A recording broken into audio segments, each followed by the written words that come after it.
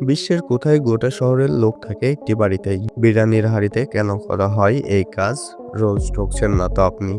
কোন সাগরেও একটি মাছ নেই? উত্তর দিতে পারলে আপনি জিনিয়াস। বলুন তো দেখি, কোন জিনিসের কখনো কোনোভাবে ছায়া পড়ে না? ৯৯% উত্তর অজানা। এ বিশ্বে এমন অনেক কিছু রয়েছে যা আমাদের সকলকে অবাক করে। বলুন তো, পৃথিবীর কোন শহরের সব বাসিন্দারাই থাকে একটি মাত্র বিল্ডিংয়ে? শুনতে অবাক লাগলেও এটাই সত্যি। স্কুল, কলেজ, হাসপাতাল, অফিস সবকিছু একটি বাড়িতে।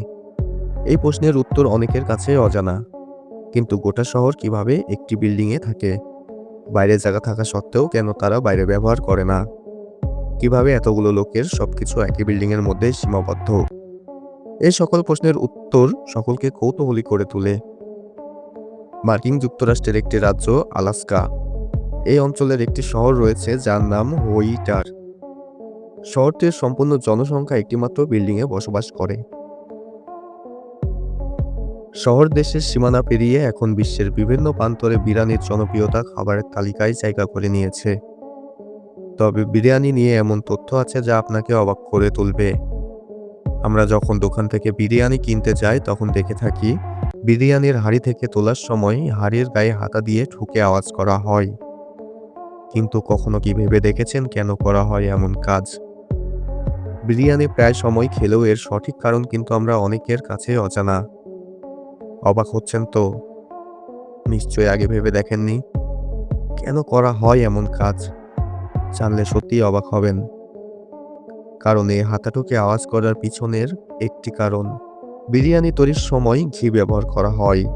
আর যতবার হাঁড়ি থেকে বিরিয়ানি তোলা হয় ততবার হাতার গায়ে লেগে থাকে ঘি ভাত।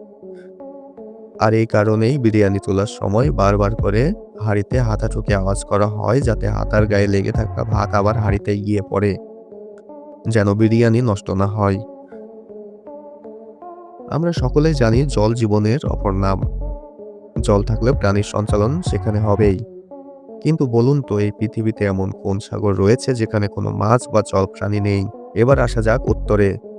বিশ্বের একমাত্র সাগর যেখানে কোনো মাছ বা জলজ প্রাণী নেই, সেই সাগরের নাম হলো মধ্যপ্রাচ্যের মৃত সাগর। সাগর বলা হলেও এটি মূলত একটি হ্রদ, যার সর্বোচ্চ গভীরতা ৩০৪ মিটার। মৃত সাগরের পূর্বে সীমান্তে রয়েছে জর্ডান এবং পশ্চিম সীমান্তে যথাক্রমে ইসরায়েল ও প্যালেস্টাইন। প্রাকৃতিক তত্ত্ব অনুযায়ী প্রায় ২ মিলিয়ন বছর পূর্বে উপত্যকা এবং ভূসাগরের মধ্যবর্তী স্থলভাগে যথেষ্ট উচ্চতা লাভ করে। ফলে মহাসাগরের প্লাবনের এই অঞ্চলের সৃষ্ট উপসাগরটি হ্রদে পরিণত হয়। এই সাগরের অদ্ভুত বিষয় হলো, কেউ ডুবতে চাইলেও সেখানে ডুবতে পারে না। সাঁতার না জানা মানুষও ভেসে থাকে। বলুন তো দেখি, কোন জিনিসের ছায়া পড়ে না?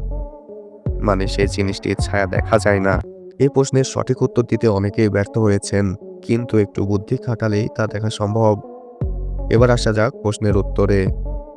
এই পৃথিবীতে সবকিছুরই ছায়া দেখা যায়, একমাত্র রাস্তার ছায়া আপনি কখনোই দেখতে পারবেন না, কারণ রাস্তার ছায়া পড়া সম্ভবই নয়। কোনো কিছুর ওপর আলো পড়লে তা থেকে ছায়া প্রতিফলিত হয়, কিন্তু রাস্তার উপর আলো পড়লেও তা থেকে কোনোভাবে ছায়া কখনোই পড়ে বৈজ্ঞানিকভাবে সম্ভব নয়।